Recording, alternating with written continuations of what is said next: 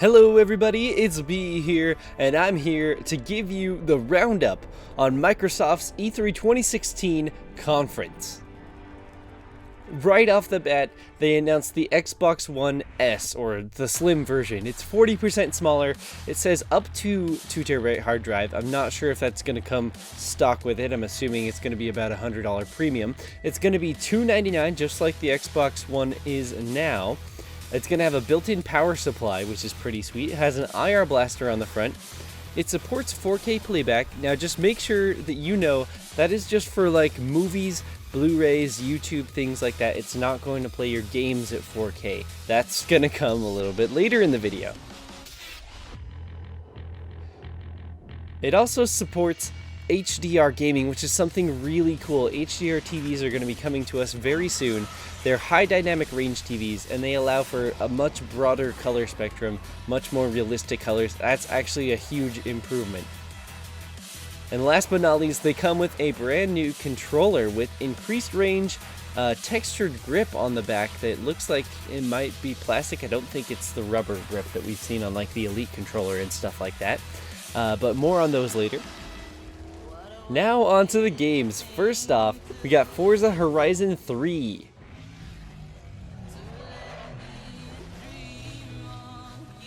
And Gears of War 4. Yeah, and that wind flare is getting worse. I say we wait it out. We can't. Not if we're gonna save Reyna. Far Eden, which is the new game.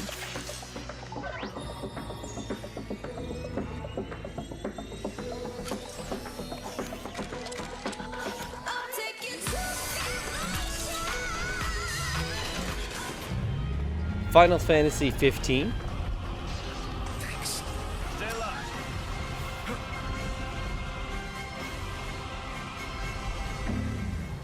A quick look at Battlefield 1.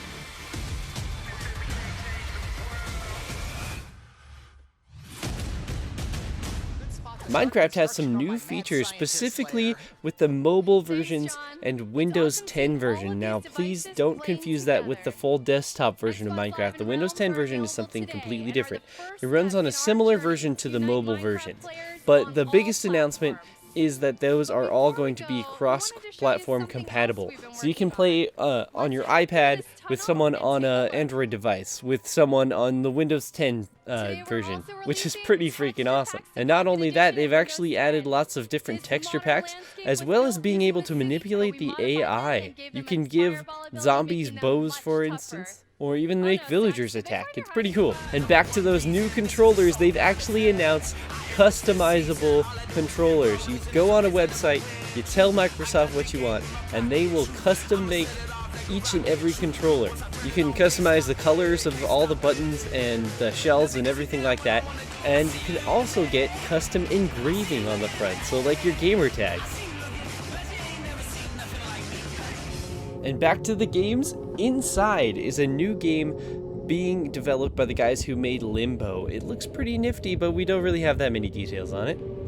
An extremely creepy circus-themed game called We Happy Few. Hit it! Give it a whack! Hit it! Hit it!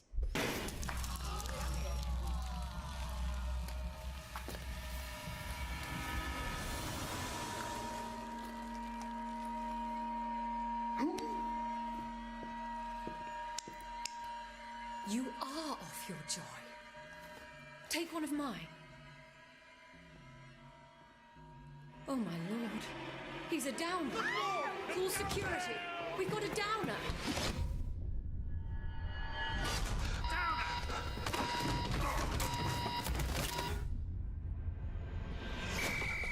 Gwent, the card game from The Witcher 3, has become so popular that they've released it on its own standalone title.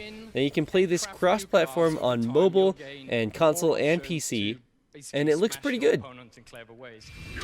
Tekken 7, the fighting game, has been announced. A very Christmassy Dead Rising 4 has been announced. Scalebound looks like a really cool game. A Sea of Thieves is a really interesting game to me. Now, many of these style of games come in a gritty post-apocalyptic format, like The Division or Destiny or something like that, where you're fighting a lot. And really, you're just kind of a pirate in those games. And you know what? These guys decided you need a bit more of a fun atmosphere to play in that kind of, I'm a pirate. I'm gonna go, do a quest and do this kind of stuff. They've added that to a more fun, cartoony atmosphere, and I'm a big fan of it. State of Decay 2.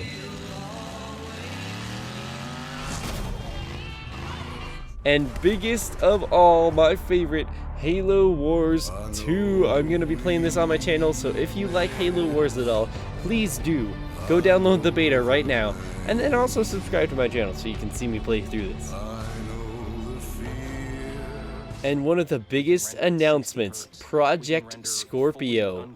It's going to be a different version of the Xbox One, capable of playing games at 4K. Now, not like the last one, it's not going to play videos and stuff at 4K.